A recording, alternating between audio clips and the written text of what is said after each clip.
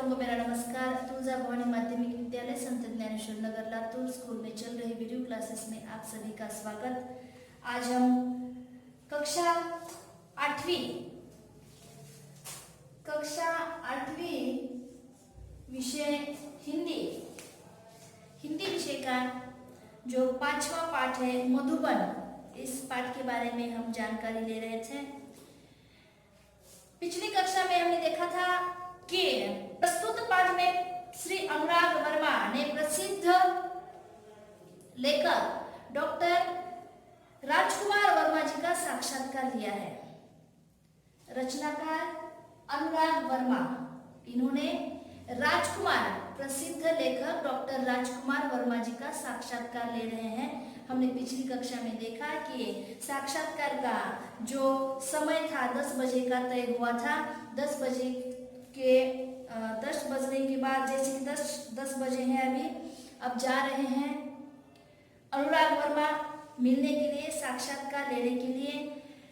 उनके मधुबन नामक वास्तु में, जैसे वहां पर वो चले गए। कहां तक हम आ गए थे कि डॉक्टर अनुराग वर्मा जो है डॉक्टर राजकुमार वर्मा जी के घर में जाते हैं। जैसे डोरबेल बजाकर नौकर ने दरवाजा खोला, उतने में ही जैसे कि नौकर से कुछ बातचीत हो रही थी, अपने ही समय पर, ठीक समय पर डॉक्टर राजकुमार वर्मा जी जैसे कि अनुराग वर्मा जी के पास आते हैं।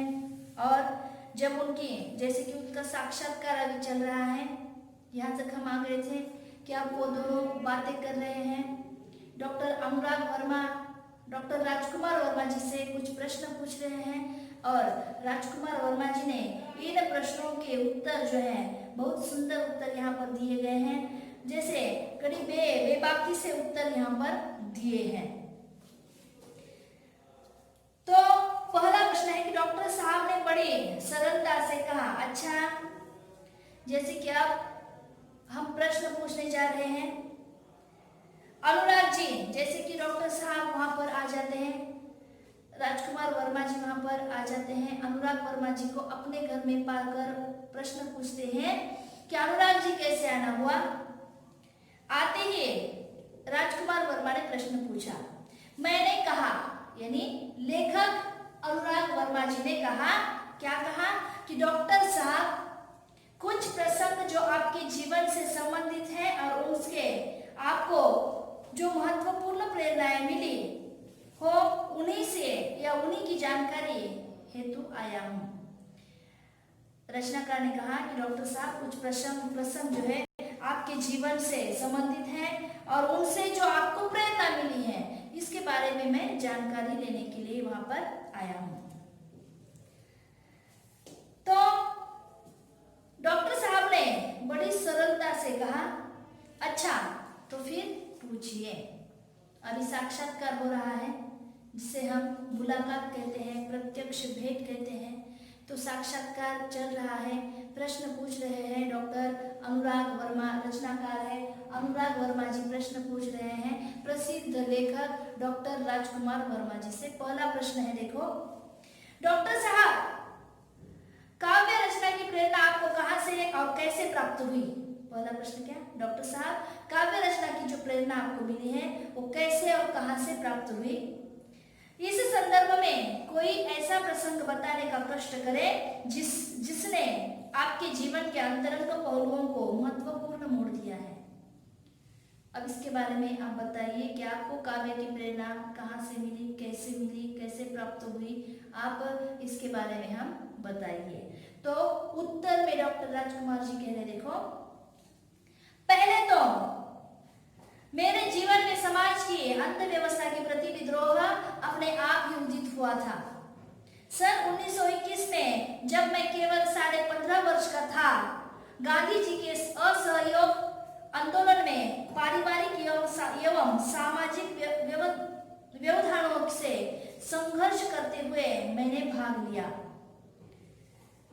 क्या कह रहे हैं अभी उत्तर में कि पहले तो मेरे जीवन में समाज की अंत व्यवस्था के प्रति विद्रोह था।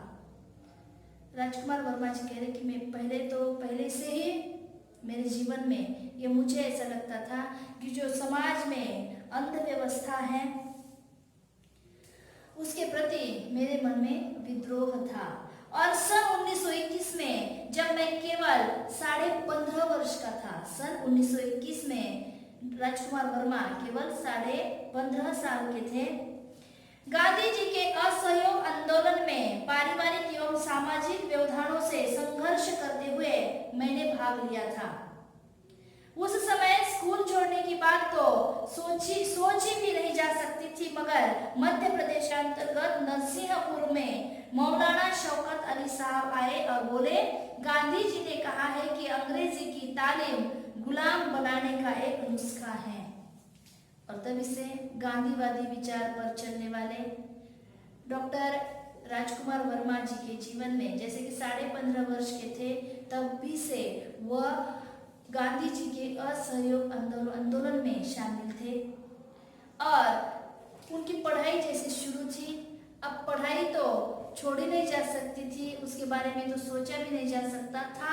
उसी समय मध्य प्रदेश के अंतर्गत जो नरसिंहपुर है उसमें मौलाना शौकत अली साहब वहां पर आए और वे बोले, गांधी जी ने कहा है, देखो गांधी जी ने क्या कहा है कि गांधी जी ने कहा है कि अंग्रेजी की तालीम गुलाम बनाने का एक नुस्खा है। अंग्रेजी सीखना या अंग्रेजी सीखने की जो तालीम है वह गुलाम बनाने का एक नुस्खा है, नुस्खा उपयोग। तत्पश्चात आवाज तेज से करते हुए कहने लगे, है कोई माई का लाल जो कह दे कि मैं कल से स्कूल नहीं जाऊंगा। और उन्होंने ये भी कहा है, बड़ी आवाज से जोर से कहा है कि बोलो, है कोई माई का लाल, यहाँ पर अंग्रेजी सीखना गुलामी के बराबर है। तो वहां पर अभी इस समय है कोई माई का लाल, ये कहकर, ये सुनकर अपनी पढ़ाई छोड़ दे और यह कह दे कि मैं कल से स्कूल नहीं जाऊंगा। मैंने अपनी माँ के आगे बड़ी ही श्रद्धा से स्कूल न जाने की घोषणा कर दी। और लेकर कह रहे कि जल्द मैंने घर जाकर अपने माँ के पास जाकर मैंने कहा कि मैं स्कूल से नहीं जाऊंगा, यह घोषणा मैंने कर दी। सभी लोग सकते में आ गए।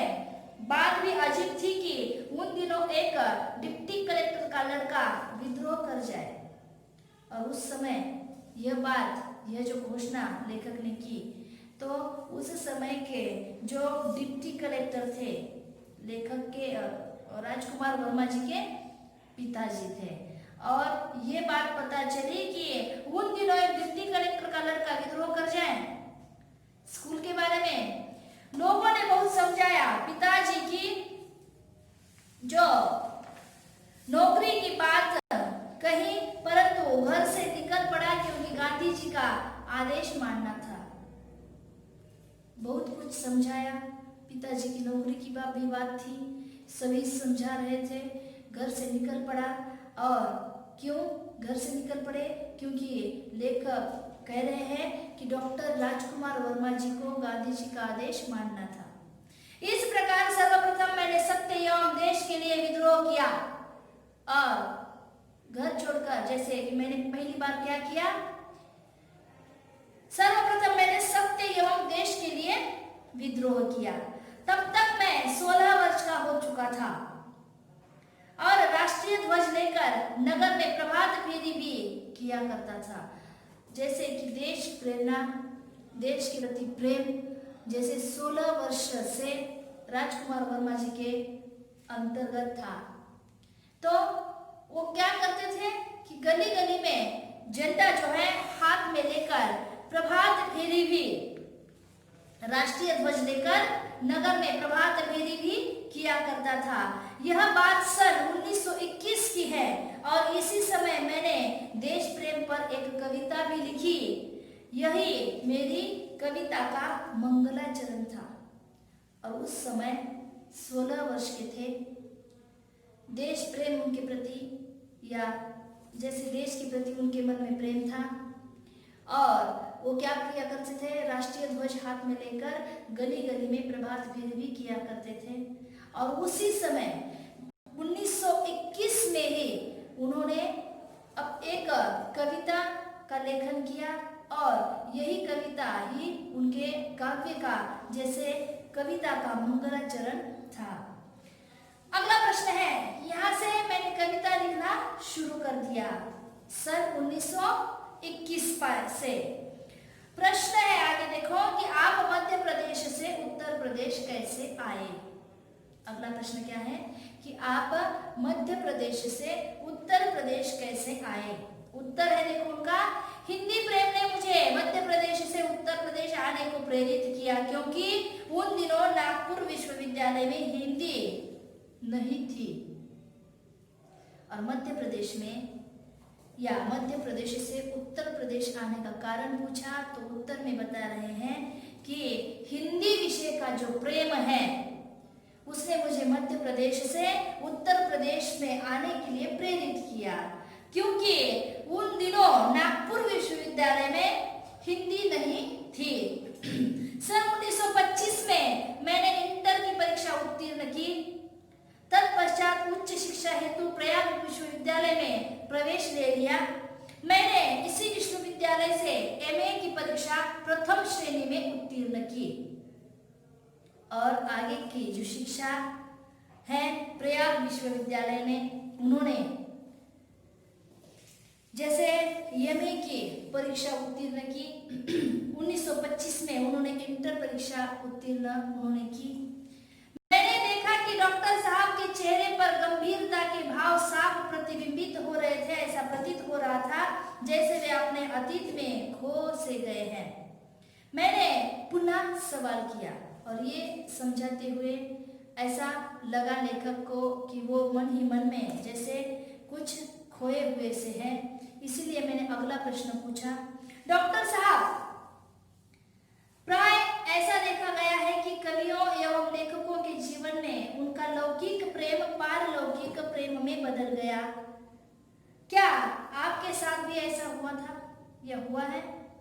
अगला प्रश्न है कि डॉक्टर साहब, प्राय ऐसा देखा गया है कि कवियों एवं लेखकों के जीवन में उनका लौकिक प्रेम जो है पारलौकिक प्रेम में बदल गया है। तो इस प्रश्न का उत्तर डॉक्टर राजकुमार वर्मा क्या देते हैं यह हम अगली कक्षा में देखेंगे। यहीं पर हम रुक जाते हैं। जहाँ तक हमने पढ़ाया है वहाँ तक आपको जैसे पठन करना है, आपको पढ़ना है। जितनी बार आप पाठ को पढ़ेंगे, शब्द के अर्थ ध्यान में रखकर पाठ को पढ़ेंगे, तब जैसे कि आपको बहुत आसानी से पाठ समझ में आ सकता है।